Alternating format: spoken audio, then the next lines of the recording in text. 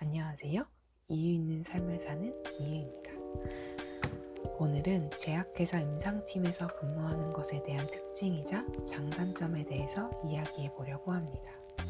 우선 제 경력에 대해서 말씀드리자면 저는 제약회사 임상팀 2곳을 경험했고 총 3년 4개월 정도를 근무했습니다. 한 곳은 바이오 제약회사였고 다른 한 곳은 케미컬 제약회사였습니다. 이 정도 근무 경력을 가지고 이러한 바탕으로 말씀드린다는 점 참고 부탁드릴게요. 첫 번째 특징은 얇고 넓게 배운다입니다. 제약회사의 장점이자 단점일 수 있는 부분인데 저는 개인적으로 이 부분이 장점이라고 생각합니다. 장점인지 단점인지는 여러분이 듣고 한번 스스로 결정해 보시면 좋을 것 같아요. 제약회사 임상팀은 하나의 신약에 대해서 처음부터 출시할 때까지 쭉 이끌고 나가기 때문에 임상시험의 전체적인 과정을 모두 겪어볼 수 있다는 것이 제가 생각하는 장점입니다. 다만 팀으로 일하는 경우가 대부분이므로 CRO 업무보다는 조금 얕게 배운다는 느낌일 수 있습니다. 또 대부분 하나의 신약에 대해 쭉 업무를 맡아 진행하는 경우가 많아서 본인이 맡은 신약의 종류에 대한 것만 배울 수 있다는 점도 얕다는 점에 포함될 수 있을 것 같습니다. 어떤 약이냐에 따라 좀 다르지만 하나의 신약이 만들어지기까지 보통 10년이라는 세월이 소요가 되기 때문에 결국 하나의 신약의 시작부터 끝까지 배우기란 쉽지 않을 수 있습니다. 왜냐하면 요즘 대부분의 사람들이 3년에서 5년 정도의 경력을 가지고 이직하는 경우가 많기 때문입니다. 하지만 3년에서 5년이면 하나의 임상 과제를 끝내기에는 충분한 시간이기 때문에 하나의 과제 이상은 끝내볼 수도 있을 것 같습니다. 두 번째로는 RA도 겸해야 될 수 있다. 이 부분도 사람에 따라 장점 또는 단점으로 느낄 수 있을 것 같은데요. 저는 개인적으로 이 부분이 단점으로 느껴졌습니다. 저는 임상과 RA를 둘 다 경험을 해보니 RA 업무가 저의 업무 적성에는 맞지 않아서 RA 업무를 하는 게 부담스럽긴 하더라고요.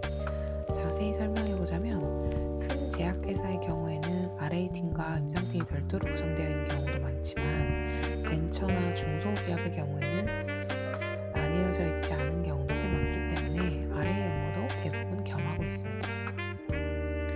이런 경우 임상 업무만 하고 싶다고 임상 업무만 할 수 있는 환경은 아닙니다. RA 업무도 배운다는 것이 장점으로 작용할 수도 있지만 사람에 따라 RA 업무를 해야 한다는 것이 단점으로 느껴질 수도 있을 것 같네요. 세 번째는 제약회사 내에서 어떻게 약이 개발되는지 알 수 있다입니다.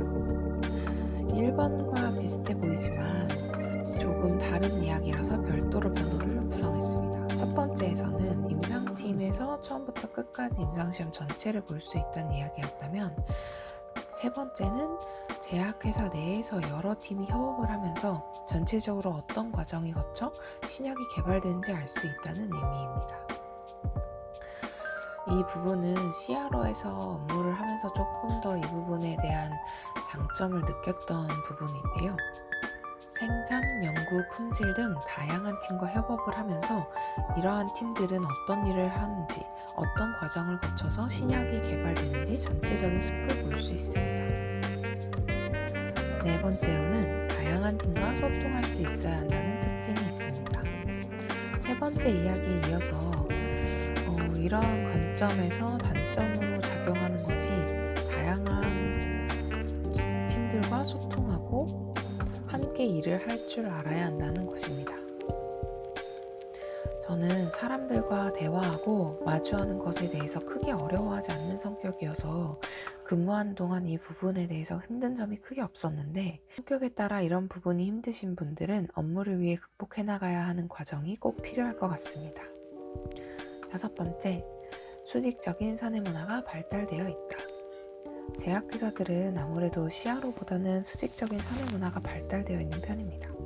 특히 바이오보다 케미컬 회사에서는 그리고 오래된 케미컬 회사의 경우에는 더 심한 편입니다. 흔히 미생이나 여러 매체에서 회사 상사가 까라면 까야지 라는 말을 하는 것을 볼 수 있는데, 직접적으로 이런 말을 들은 적은 없지만 말만 듣지 않았지 결국 위에서 시키는 대로 해야 하는 경우가 대부분입니다. 본인이 이러한 문화를 견디기 힘든 타입이라면 입사하기 전에 꼭 어떤 사람들이 있는지, 어떤 분위기인지 미리 파악하고 입사하는 것이 좋습니다. 6번째, 윗사람이 어떤 사람이냐에 따라 과제가 산으로 가기도 합니다. 5번과 이어서 결국 하라는 대로, 시키는 대로 일을 하다 보면 임상과제가 산으로 가는 경우가 있습니다.